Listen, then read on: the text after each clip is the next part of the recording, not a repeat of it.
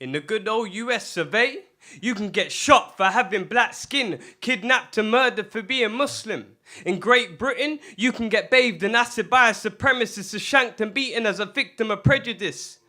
And if I'm exaggerating, somebody please explain to me why the lack of melanin is the measurement of relevant residents, accompanied by claims of white presidents with individuals spitting the same hate as the president while preaching American reverence. Like, no blacks, no Muslims, no Mexicans.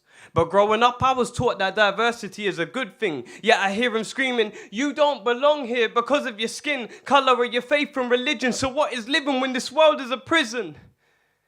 But hold on, wait. I'm half white. So does that mean I'm at least half entitled to white privilege? Maybe life would be all right if I was all right. I mean all right if I was all white. Like, what about those equal rights? Like, I just want to know why a man of color or Islam is harsher vilified than a white man that commits the same crime. And when I was young, I used to wonder why they said the truth hurts, until I discovered how Malcolm and Luther returned to the earth. And these days when I think of the KKK, I'm reminded of Britain first. And I'm wondering what would happen if Muslims organised a protest outside of a church. I mean, I'm unsure what's worse, the fact that in some parts of the US, the KKK still operate, or that in the UK, Britain first are free to incite violence through hate. I should probably try not to be so biased on my black side. But I just want to know how many CDs it takes to end a person's life. Honestly, I just don't want to see any more black people choked to death on the justice system. And I'd admit, I'm scared of the day I have kids. And my son comes home from school one afternoon, runs upstairs to his room, goes on the internet and brings up Google. Then shortly after runs back downstairs and says, Dad, I've discovered today I should keep it a secret. I pray 5 times a day. And when I ask him why, he replies, because I'm the media's definition of a terrorist. You see, it's funny because the definition of terrorism is the unlawful act of violence or intimidation, usually against civilians in the pursuit of political aims, which is why I find it insane that the media uses Islam to define what a terrorist is. But since we all fit the stereotype, let me be the first to say, please, terrorist, don't blow us up with your clock. And apologize for following a book that says killing one innocent soul is tantamount to killing the whole of humanity. And while we're on the subject, I just wanted to take a moment to say, humanity, we're all praying for you.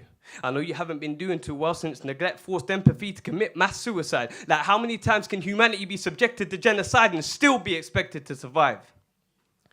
And it's ironic how the paddock only holds men like Stephen within the frame of mental health and historical reasoning. And considering labels are race and religion specific, it would be a complete injustice for us to refer to a white Caucasian male that guns down 59 innocent people as anything less than mentally challenged.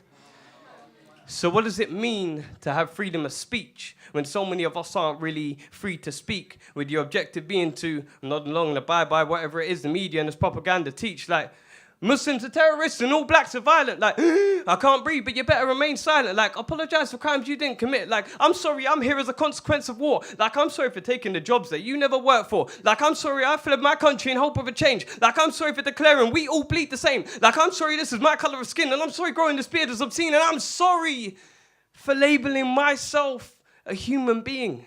And for claiming that the actions of the minority should never reflect that of the majority. And that's why I write. To be a voice for the voiceless in a time where it's easier to voice less. And the truth is the easiest way to get writers blocked. But the truth is the only reason I don't suffer from writer's block. Thank you very much, people. Annotate.